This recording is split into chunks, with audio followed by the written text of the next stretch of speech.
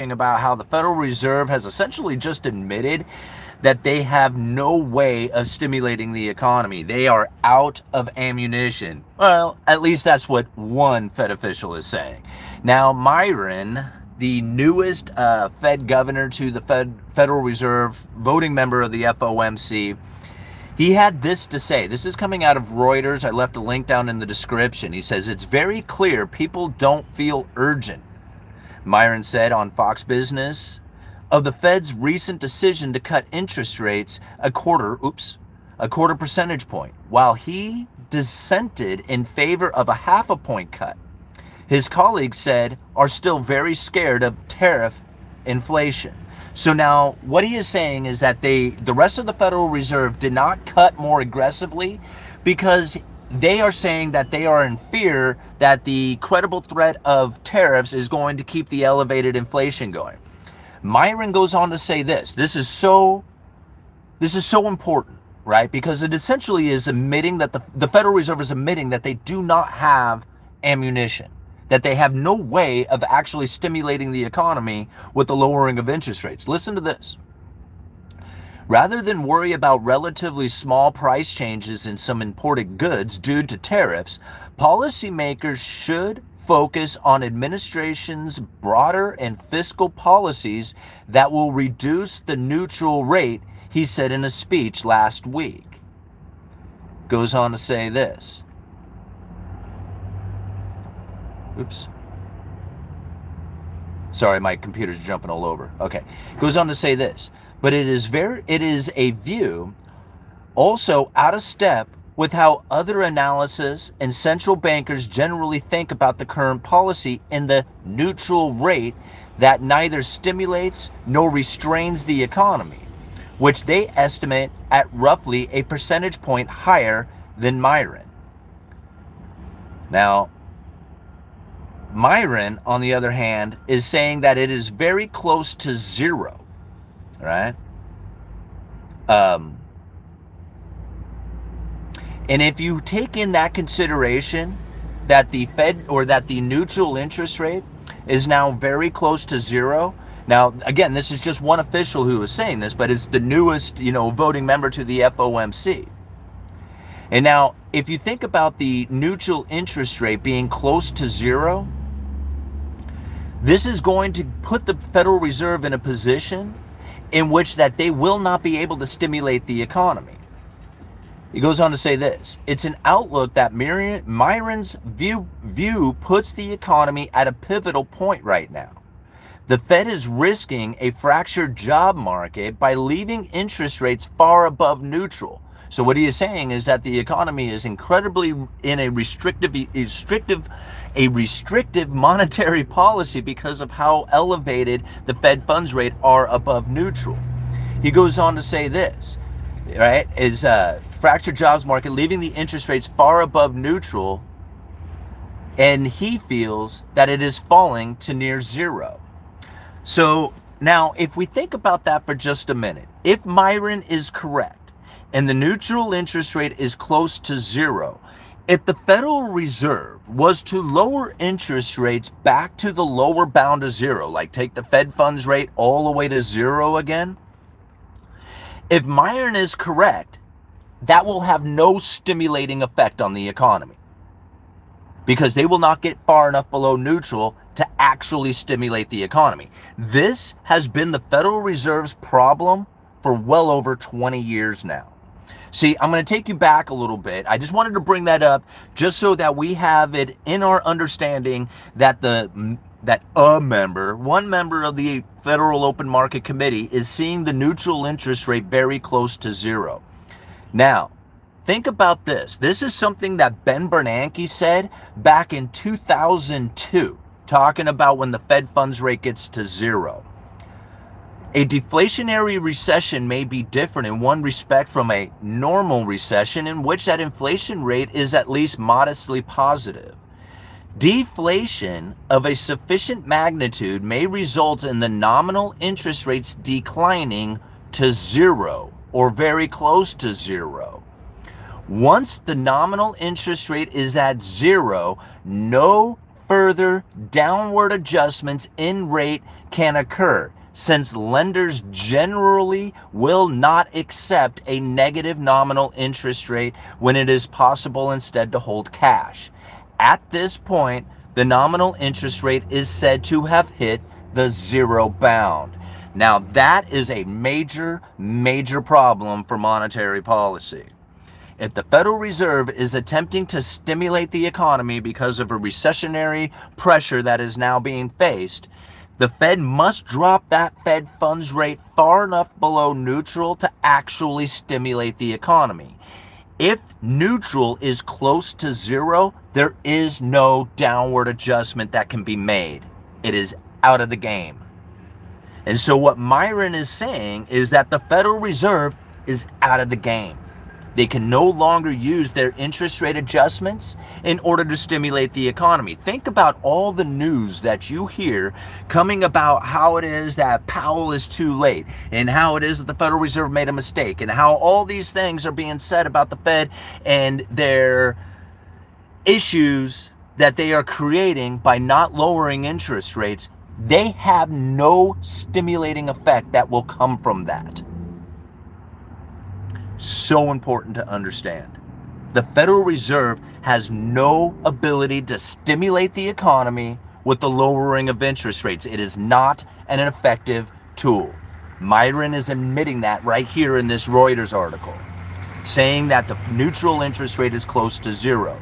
We already knew from back in the day, from Ben Bernanke saying it, that they have no way of actually stimulating the economy. He says this: because central banks conventionally conduct monetary policy by manipulating the short-term nominal interest rates, some observers have concluded that when the key rate stands at or near zero, the central bank has, quote, run out of ammunition.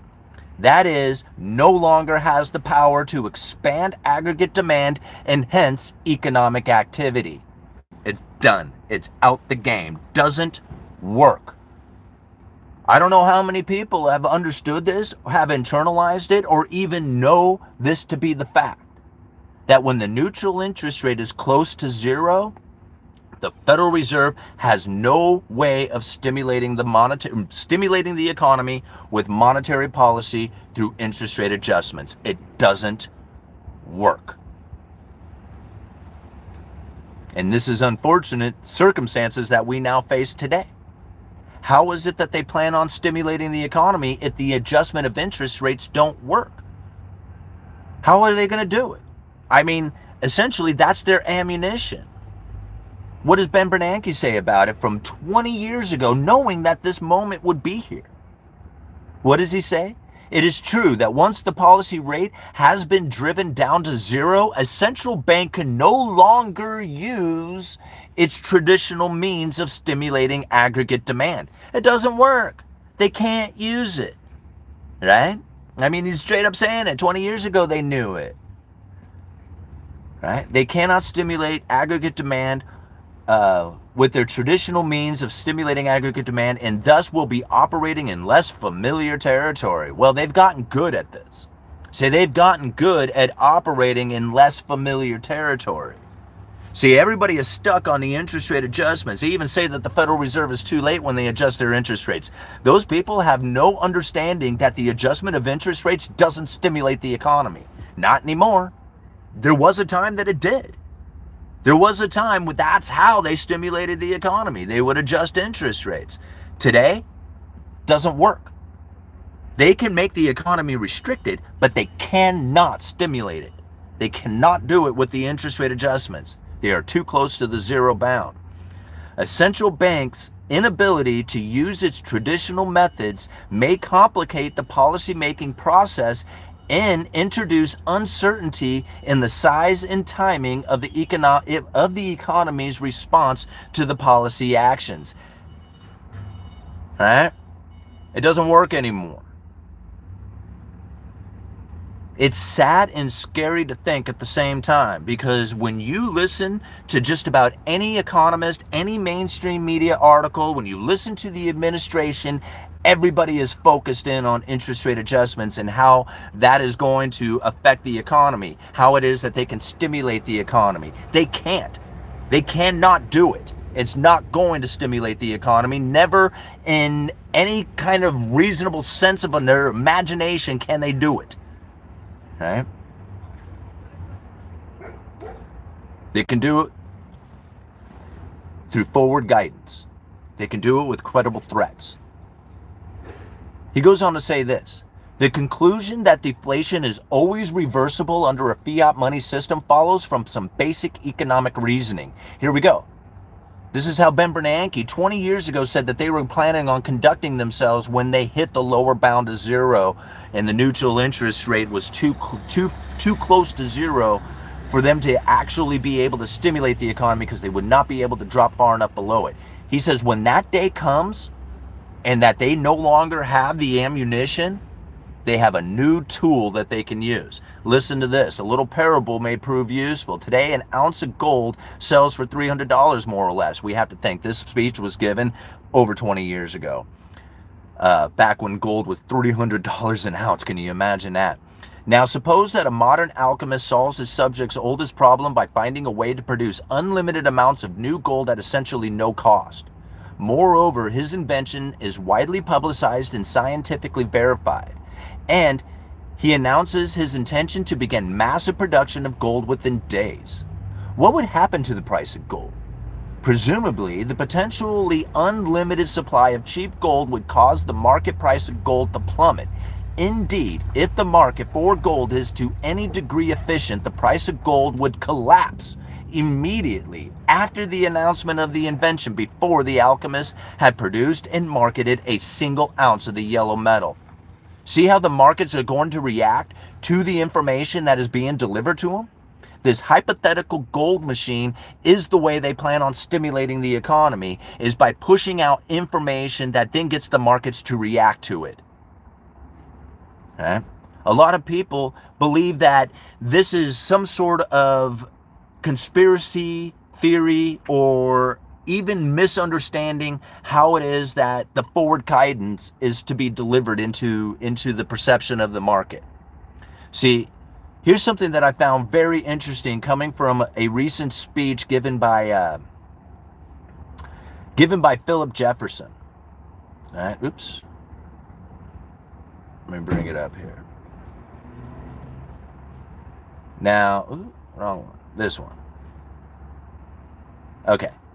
This speech given by Philip Jefferson, May 13th of 2024. It says this, right? Oh, I'm sorry. Let me go to this other speech. This one's February 21st, 2025. Right? It says, using textual analysis and high-frequency asset price data and high-frequency central bank communication data, this research shows that investors' reactions to specific sentences communicated by the central banks are quickly incorporated into asset prices. Think about that for just a minute. They hadn't done anything yet. They haven't moved, they haven't changed, they haven't done anything at all but deliver specific words and sentences. Right? That research shows that investors' reactions to specific sentences communicated by the central bank are quickly incorporated into asset prices. This is how they stimulate the economy, by putting the perception out there, using specific sentences. Goes on to say this: policymakers know that their communications are likely to affect the course of short-term interest rates, other asset prices, and the associated economic outlook, resulting in an easing or tightening of financial conditions. So as Myron is describing how it is that the neutral interest rate is going close to zero, and that the Federal Reserve would no longer have an effective tool by using their monetary adjustments through interest rates, or using their monetary policy interest rate adjustments to stimulate the economy. He is saying that will not work. And we know this because the neutral interest rate being close to zero. That's what Myron is saying. Now, other Fed officials aren't saying that. They're saying the neutral interest rate is much higher than what Myron is saying. But if we take Myron in his information into consideration, then what he is saying is that the Federal Reserve has no downward adjustment in interest rates to stimulate the economy. It's over. That's what the newest member of the FOMC is saying. Now, we can listen to the words that they use, because the words that they use, the specific sentences, are quickly incorporated into asset prices, and the central banks know that their communications are likely to affect the short-term interest rates, other asset prices, and resulting in an easing or tightening of financial conditions. We have to internalize this. Most people will be waiting for the Fed to move. That is not the monetary policy. The talking about it is. I have said this so many times, over and over again. Now, if we take Myron's information into consideration and believe that it is true, regardless if it is or isn't, right? If we believe that it is true, that neutral interest rate being close to zero has pushed the Fed out of the game. Interest rate adjustments will not work. Period.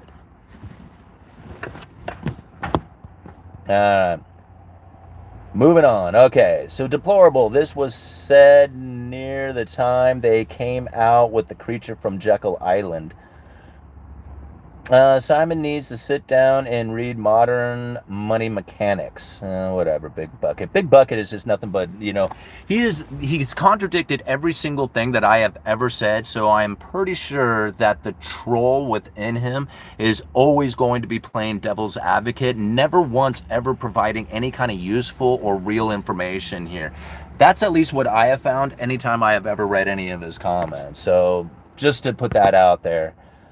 All right, Simon, do you think the Fed will continue to give their policy for the future, or will they just hold back their plans? Do you think the Fed will continue to give their policy for the future? I think that's the only thing that they really have. Now, if you think about it, like right now,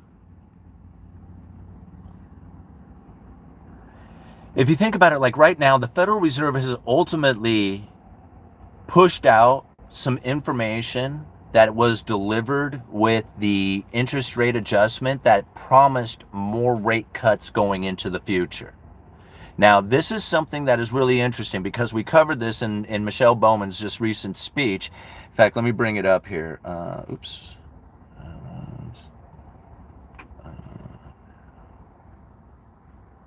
Where is that thing? Speech. I was just reading it just the other.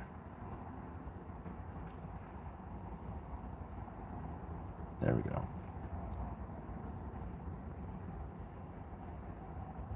I can't find it right now. But Michelle Bowman was just recently talking about how it is that they delivered a message with the interest rate adjustment. And that message, she said that if they didn't deliver with it, then the markets would have reacted to that. It is my opinion that that is the only monetary policy that the Federal Reserve really has. The adjustment of interest rates to restrict the economy is a tool. The adjustment of interest rates to stimulate the economy is not. It is not a tool. It doesn't work. They can't do it. They can use interest rate adjustments to restrict the economy, but they cannot do it. They cannot adjust interest rates to stimulate the economy. All right. David Fitzgerald, thank you so much for the $20. Fed pressure Treasury to sell T's. Fed buys back the T's, creates debt expansion for the principal interest. Snake eating its tail. Repo facility exists for a credit lockup and tokenization, fractionalization, ownership. Thoughts? Okay. Here's the thing. The Federal Reserve right now is in quantitative tightening, so they're actually unwinding their balance sheet and allowing treasuries to roll off. And, that is not well incorporated into a lot of people's idea of what it is that the Federal Reserve is doing. Everybody just thinks that the Federal Reserve is money printer go burr constantly with never any other reversal to it. And that's not exactly true. Treasury bonds, as they mature, that's money coming back to the Federal Reserve. Now, if they don't roll that money back over into a new treasury, then it's essentially pulling money out of the system. It's quantitative tightening. That is the position of the Federal Reserve today. Now, I get that a lot of people are like, oh, but what about these other aspects to the banking industry and them going into like these stealth quantitative easings and stuff. And there is all these ideas of how it is that they're providing liquidity to the banking system.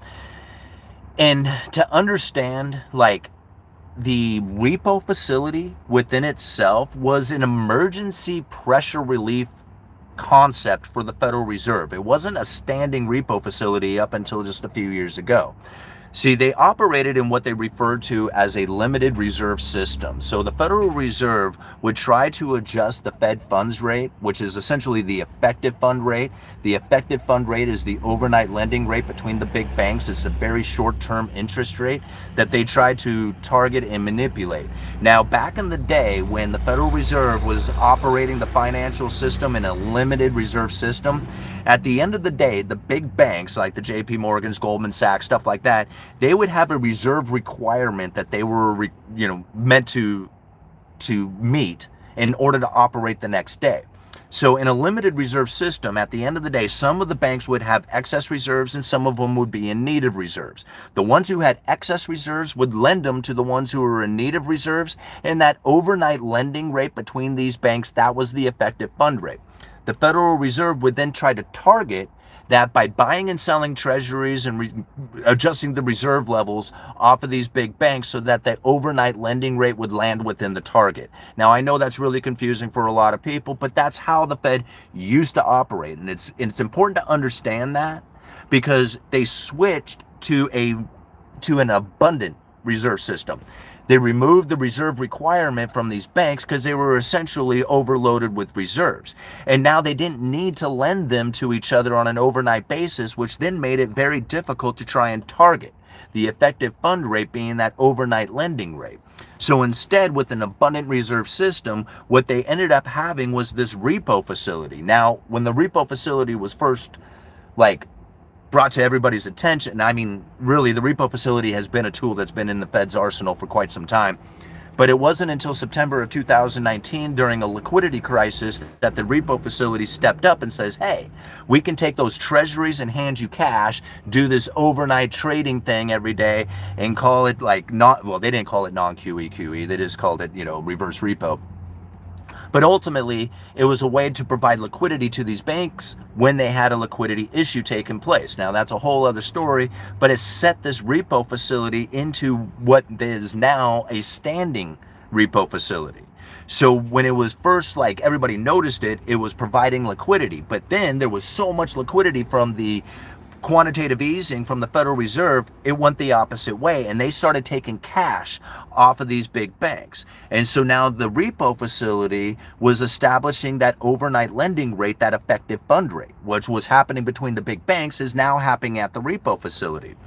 So now the repo facility has an interest rate that they are providing to the big banks for this excess liquidity. Now they also have another account called interest on excess reserves that these big banks can deposit money with the Federal Reserve, but it's about as low an interest rate that you would ever want to get. And really the banks want to try and get something for their money, right? So they don't want to put it in the lowest place that they can get an interest rate. They want to put it in the next best place, which would be the repo facility. So now they can channel the overnight lending rate or the effective fund rate between the interest on excess reserves and the repo facility. This is how the Federal Reserve is conducting themselves. So if the repo facility was to all of a sudden stop being used, and people have talked about it, it's like, oh my gosh, there's no money going in there, or it's becoming less active or something of this nature, and people say, man, this is a major concern. To me, I'm thinking, well, no, it's the reserve, right, that's falling into a limited position. See, before it was an abundant reserve system, but if it falls into a limited reserve system, right, the interest on excess reserves and the repo facility establishing that effective fund rate can then shift back over to the overnight lending rate between the big banks. I'm not saying that's happened or happening. I'm just saying that could happen if the repo facility was no longer being used. I don't know. Did that help at all? Did that help anybody? All right. So why not just live your economy and party all-nighter? Is there a value in giving, trying to make things better, in your opinion? Well, the universe rewards helpful usefulness, right? If you are being helpful and useful in this world, and it doesn't really matter if you're going for money, the universe will reward that, right? But you have to be helpful and useful. If you're the other way around, it doesn't work. All right. All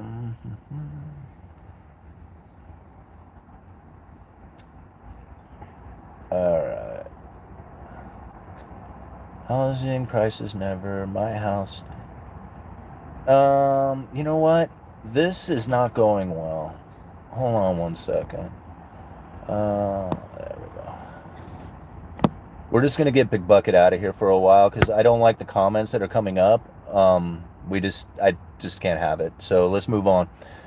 All right. I'm actually starting a charity in San Diego right now. I may not get paid. Oh, wait a minute. I gotta go back and find this. Holy moly. Oh, there it is. Oh my gosh. Joyce? JC? 1701? Good Lord, thank you so much. $100 super chat? You're kidding me. I really appreciate your analysis, Simon. You have really changed my understanding of economics and the function of the dollar. Cantillon effect, lower bound to zero. I wouldn't have never even heard of these if it weren't for you and your cognate analysis. God bless. Thank you so much. I really appreciate it. And I mean, that's an incredible super chat. Thank you so much for the support. And I appreciate you guys being here and listening. Like, being able to come out and share some of the ideas, some of the things that I am seeing, to take what Myron said and then go back and then review some of the Ben Bernanke speeches, some of the things that we're hearing from Jefferson. These things start to line up. We are not confused about what it is that's happening here. Like, if Myron is right, or if the rest of the FOMC is right, what happens with that neutral interest rate is a profound impact on what it is that monetary policy adjustments is going to mean. Most people look at the adjustment of interest rates as being a stimulating tool. Like, if they lower interest rates, it automatically stimulates the economy. That's what a lot of people feel. But very rarely do you incorporate or find people incorporating the neutral interest rate into that belief. That how far does the Federal Reserve have to go in order to actually stimulate the economy? And that is really where the monetary policy is found. Knowing the neutral interest rate, or of the neutral interest rate, we don't know exactly where it is, but we know that it exists, and we know that it rises and falls off an inflation expectation. The higher the inflation expectation, the higher the neutral interest rate. If that inflation expectation falls, the neutral interest rate will most likely fall down with it. And this is what Myron is saying, is that the inflation that we had anticipated from tariffs is very subdued, right? And that it's not impacting the economy in the way that a lot of people thought it would. And because it's not impacting the economy in a way that a lot of people thought it would, that's lowering the neutral interest rate. And he is saying that the Fed, even if they were to lower rates, they may be chasing the neutral interest rate down, never being able to actually make the economy less restricted. Like, most people think when the Fed lowers rates, it will make the economy less restricted. But if the neutral interest rate is falling, then the Fed chasing it down doesn't make the economy less restricted. It maintains the restriction.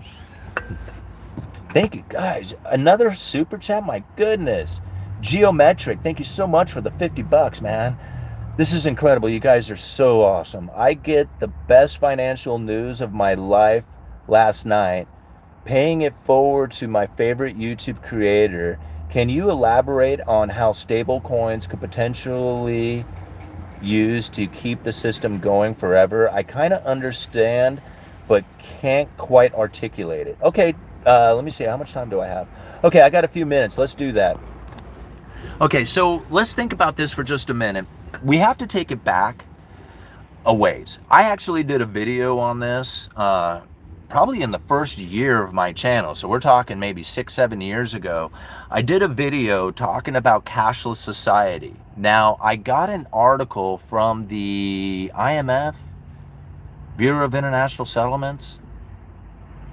Let me see if I can bring it up here real quick, because it is a really good understanding of why we are now in the situation we are in. Most people want to take like some new information and deliver that into like the reality of our situation. Basically saying like stable coins are like the tyranny or the, you know, control, which I guess it is kind of a control thing. They have like a lot of like, I don't know, conspiratorial thoughts when it comes to like what the stable coins really are. Now, if we take it back a little ways, hold on here. Let me see if I can bring it up.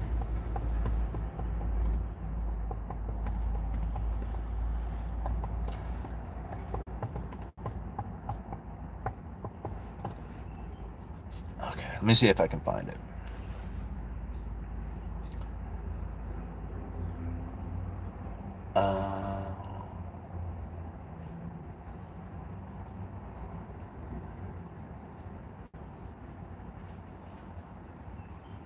Sorry, guys.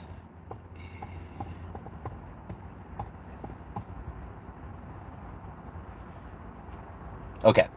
Coming out of the International Monetary Fund, how to make negative interest rates work.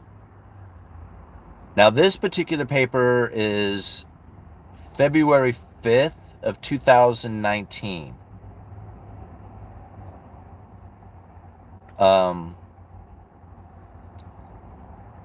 One option to break through the zero lower bound would be to phase out cash, but that is not straightforward.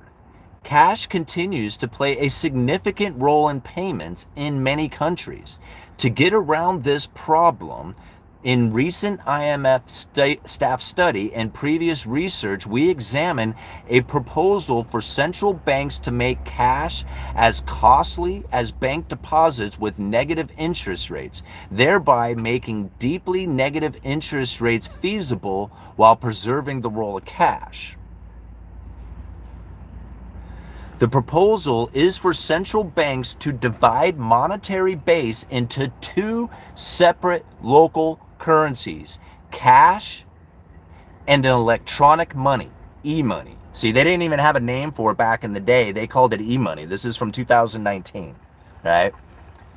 E-money would be issued only electronically and would pay the policy rate of interest, and cash would have an exchange rate, the conversion rate, against e-money. This conversion rate is key to proposal. When setting a negative interest rates on e-money, the central bank would let the conversion rate of cash in terms of e-money depreciate at the same rate as the negative interest rates on e-money. The value of cash would thereby fall in terms of e-money. This whole idea of stable coins is so that interest rates can go into negative territory. That was the goal from the very beginning, right? Again, this is an article. I mean, I'm spinning around. You can't see it because it's a reverse, but it says it's from the IMF, and you can Google this yourself. Cashing in, how to make negative interest rates work. This is one of the early, I think there's earlier ones than this, but this is some of the earliest information on central bank digital currencies that I could find. And the whole idea behind it is to allow negative interest rates. That's the reason. If you have cash in the system, you would just take your cash out and put it in the mattress, right? Mattress money. Because cash doesn't hold a negative interest rate. So it doesn't hold an interest rate at all. It's a zero interest rate, you know, item. So it doesn't have any kind of interest rate to it. If you put a negative interest rate on your deposit, you pull out cash.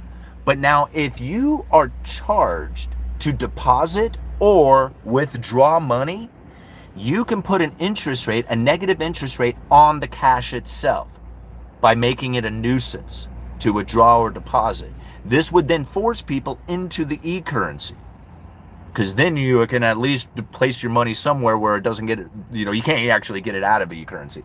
But most likely what you'll end up doing is taking that cash that would have a negative interest or a negative aspect to it, put it into e-currency, and then deploy that into a particular direction. It's essentially a way that the central banks can create money velocity, right? Get your money out of savings and into the economy. All right. All right, thank you so much for this, guys. You guys are incredible. We got a few more minutes left, and we're going to call it quits. David, thank you so much for the $2. Know your client, know your T, etc., etc. What is the T? Know your time, know your talent. All right, is human enslavement. It is human enslavement, in my opinion. Yes, I have an 846 FICO score, but okay. All right. You clearly haven't bought a house recently. Congrats on being a good debtor. All right. Cash holds a negative interest rate, actually. No, it doesn't. It holds a loss of purchasing power, but it doesn't hold a negative interest rate. It holds zero interest rate.